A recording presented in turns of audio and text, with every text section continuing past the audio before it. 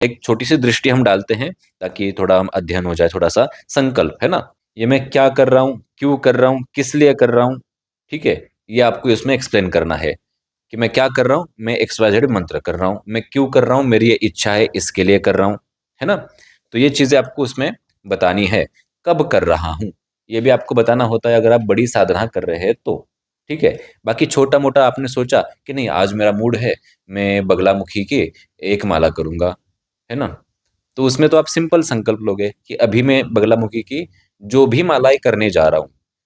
ऐसा भी हो सकता है कि एक माला करने के बाद दो चार माला करने की और इच्छा हो, तो उसमें ये बोलो कि जितनी जो भी मालाएं करने जा रहा हूँ उस वो मेरा ये कार्य है वो पूर्ण हो जाए। इतने एक वाक्य में आप उसको खत्म करोगे। समझ आया। उसमें कोई बड़ा संकल्प लेते बैठने की आवश्यकता नहीं है। जहाँ पे साधना है प्रॉपर, 11 दिन का अनुष्ठान है, 5 दिन का, 21 दिन का अनुष्ठान है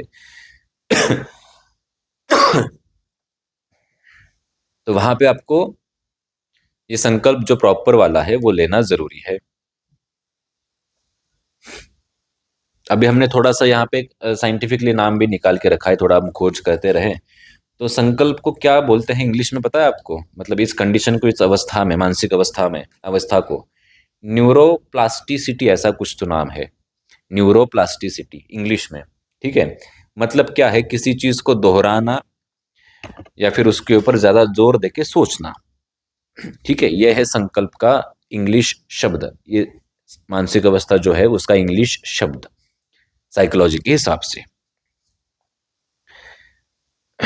इससे क्या होता है, दिमाग में एक नया न्यूरल पाथ बनता है, ठीक है। न्यूरल पाथ मतलब एक, अब न्यूरल क्या बोलते हैं इंग्लिश में मुझे ठीक से पता नहीं, ठीक है, क्या होता है, लेकिन एक रास्ता तैयार होता है।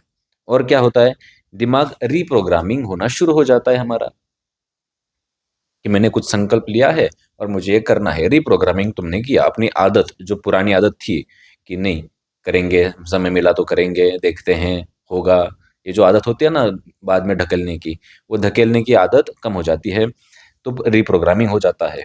ओके। तो संकल्प के ऊपर ये एक हमने छोटा सा और प्रकाश डाला। आज का विषय थोड़ा अलग है, इसके ऊपर हम आएंगे। किसी का कोई प्रश्न है संकल्प के ऊपर?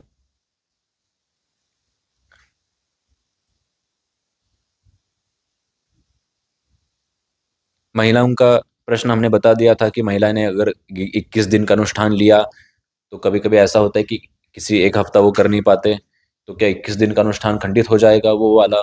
बिल्कुल नहीं। जहाँ पे अनुष्ठान छूटा था वहीं से बाद में जब तुम मुक्त हो जाओ तो फिर वहीं से कंटिन्यू कर लेना, कभी खंडित नहीं होगा, ठीक है। अब क्या करे कि किसी कारणवश गलती से खंडित हो ही गया तो सुधार करे।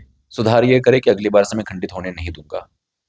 हाँ, गलती से आपसे खंडित हुआ तो आपके गुरु बैठे हैं यहाँ पे उसके दुष्प्रभाव कंट्रोल करने के लिए, लेकिन बार बार खंडित हो रहा है तो आपका फिर संकल्प ही गलत है, तुम्हारे साइकोलॉजी गलत है, तुम गंभीरता से नहीं ले रहे हो, ये साबित हो जाएगा। ठीक है, तो गंभीरता से लो। छोटे छोटे अनुष्ठान पहले करना शुरू करो, छोटे छोटे, ताकि आदत लग जाए।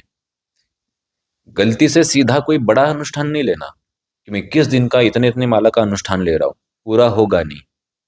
और पूरा होगा भी तो किस अवस्था में होगा, सुन लो, बर्डन की अवस्था में, प्रेशर की अवस्था में पूरा होगा कि बाबा अरे बाप रे, आज भी करना पड़ेगा, आज भी मुझे 1 घंटा बैठना पड़ेगा, आज भी इतनी माला करनी पड़ेंगी, ये वो।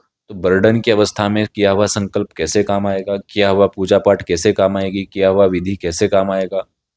मुक्त ही नहीं, बंदे बंदे फील कर रहे हो, मैं बंध चुका हूँ 21 दिन तक, मुझे प्रतिदिन 1 घंटा बैठना है। तो ये बंधन वाला जो फीलिंग है, भावना है, ये तो फिर तुम्हें साधना में नीचे ही गिराएगी, क्या फायदा होगा उसका। तो छोटे छोटे अनुष्ठान लो, ठीक है।